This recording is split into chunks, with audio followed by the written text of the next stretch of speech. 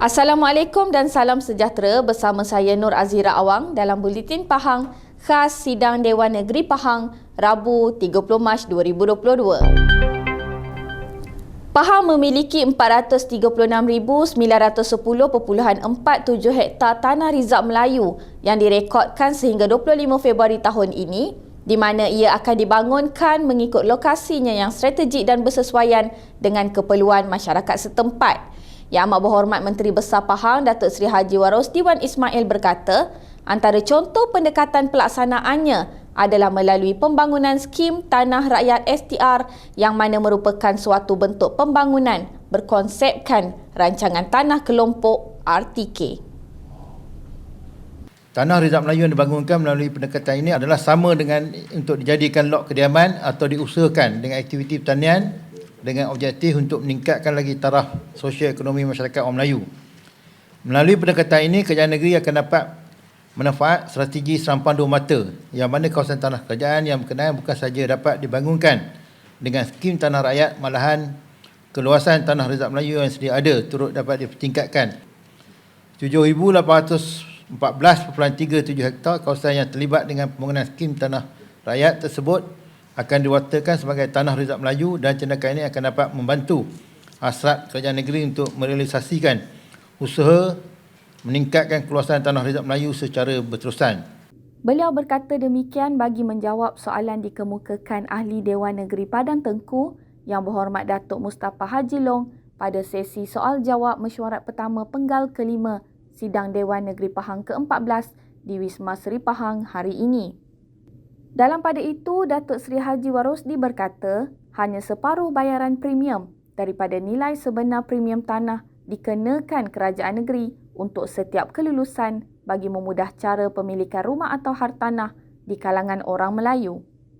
Sementara itu, menyentuh berkenaan kawalan kelulusan pemajuan di negeri Pahang, beliau berkata jabatan ini mengguna pakai Pekeliling Yang Berhormat Setiausaha Kerajaan Pahang Bilangan 1 2019. Mendapatkan keperluan penyediaan 30% rumah kos dana rendah bagi pembangunan yang dibuat atas tanah milik. Namun dasar ini dikecualikan bagi pemajuan di atas tanah Rizab Melayu bagi memberi peluang pembangunan yang bernilai tinggi dapat dilaksanakan di atas tanah Rizab Melayu. Bagi tanah Rizab Melayu di kawasan perbandaran, semua rancangan tempatan daerah negeri Pahang telah dizonkan sebagai kawasan pembangunan baru seperti perumahan, komersial dan industri. Sebanyak 3,000 permohonan diterima daripada ibu bapa di negeri ini yang berhasrat untuk menyertai dan menerima sagu hati di bawah program Pahang Pride Kit. Pengerusi Jawatan Kuasa Perpaduan Kebajikan Masyarakat, Pembangunan Wanita dan Keluarga Negeri Yang Berhormat Datuk Seri Hajah Shahrizal Syamsuddin berkata, bagaimanapun hanya 1,600 yang layak menerima kelulusan bagi fasa pertama program ini. Dan kita telah pun menghantar menziarahi mereka ni lebih daripada 50%. Dan insya-Allah dalam bulan April ni akan dapat diselesaikan. Dan untuk ini kita memperuntukkan sejumlah 5 juta. Yang mana 2.5 juta kita akan masukkan ke akaun bank rakyat untuk tujuan pembukaan akaun, dan 2.5 juta lagi akan dibayar secara tuntutan yang dibuat oleh pembekal kepada unit pembangunan wanita. Beliau berkata demikian bagi menjawab soalan dikemukakan Ahli Dewan Negeri Bukit Ibam Yang Berhormat Datin Syamsiah Arsyad pada sesi soal jawab mesyuarat pertama penggal kelima Sidang Dewan Negeri Pahang ke-14 di Wisma Seri Pahang hari ini.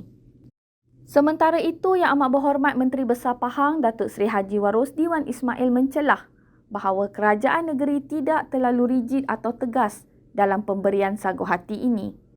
Sebagai contohnya, kalau di Kemenang Highland, dia sepatutnya lahir di hospital Kemenang Highland. Tetapi sebab dia ada complicated sikit, kena bawa ke Ipoh. Jadi yang tu kita akan pertimbangkan lah. Ya. Sebab niat dia memang sepatutnya deliver di Kemenang Highland, tetapi atas sebab sonsang ke apa, dan kena operate ke, dia bawa ke Ipoh. Begitu juga mungkin di Bera. Sepatutnya lahir di Bera tapi kena bawa ke Negeri Sembilan, Tampin. Dan juga di Rompin, Merapuh sebagai contoh. Yang itu kita akan pertimbangkan. Tujuan kita buat Pahang Pride Kit ni sebab kita nak galakkan pertambahan jumlah penduduk di Pahang ni. Kerana sekarang ni jumlah penduduk yang sebenarnya, angka yang saya dapat yang terkini ialah 1.67 juta saja. Jadi kita nak tambahkan, dan sekarang ada 25,000 mengikut angka tahun lepas. 25,000 saja bayi yang dilahirkan. So kita negeri yang besar. Jadi nampak kita di Pahang ni kurang produktif sikit lah. So untuk nak bagi produktif, kita bagi Pahang Pride Kit ni, ataupun dalam bahasa Melayu ni, anak kebanggaan Pahang. Caj perkhidmatan online RM1 per transaksi bagi bayaran bil air melalui laman web PAIP dan aplikasi Pahang Go merupakan satu nilai yang bersesuaian dengan perkhidmatan mudah dan pantas yang disediakan. Pengerusi Jawatankuasa Sains, Teknologi, Inovasi, Komunikasi dan Multimedia Negeri Pahang yang berhormat Datuk Haji Muhammad Fakhruddin Muhammad Arif berkata, caj berkenaan adalah untuk memastikan modul PAIP di dalam aplikasi Pahang Go sentiasa diselenggara dengan baik. Perkhidmatan online yang kita sediakan oleh penyedia-penyedia perkhidmatan seperti Pahang Go, seperti laman web PAIP dan lain-lain adalah untuk bertujuan memudahkan urusan pembayaran bil air tanpa memerlukan pengguna membayar secara manual di kaunter-kaunter pembayaran PAIP.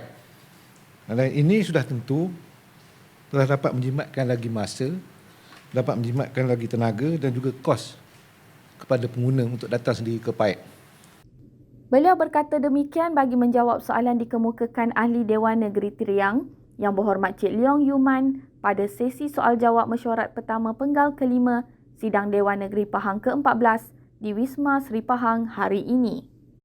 Sementara itu, mengulas lanjut berkenaan caj yang dikenakan, yang berhormat Datuk Haji Fakhruddin berkata, caj perkhidmatan RM1 bagi setiap transaksi bayaran bil air PAIP menerusi laman web PAIP adalah caj FPX yang dikenakan oleh pihak PayNet, anak syarikat Bank Negara Malaysia. Pahang Go dan juga PAIP akan sentiasa mengkaji keperluan dan kadar caj ini dari masa ke semasa. Bergantunglah kepada jumlah transaksi yang digunakan oleh pengguna-pengguna dalam Pahang Go. Jika sekiranya jumlah yang transaksi yang digunakan itu boleh membolehkan kita memberikan secara percuma, insya-Allah kita akan berikan secara percuma. Dan ini akan dikaji daripada masa ke semasa oleh pihak kerajaan. Baiklah, berita itu tadi mengakhiri Buletin Pahang pada hari ini. Jangan lupa terus bersama kami sepanjang minggu ini untuk mengikuti perkembangan mesyuarat pertama penggal kelima Sidang Dewan Negeri Pahang ke-14 di Wisma Seri Pahang. Ikuti kami juga di Facebook, Instagram, YouTube, Twitter dan TikTok untuk mendapatkan berita terkini di Pahang. Assalamualaikum.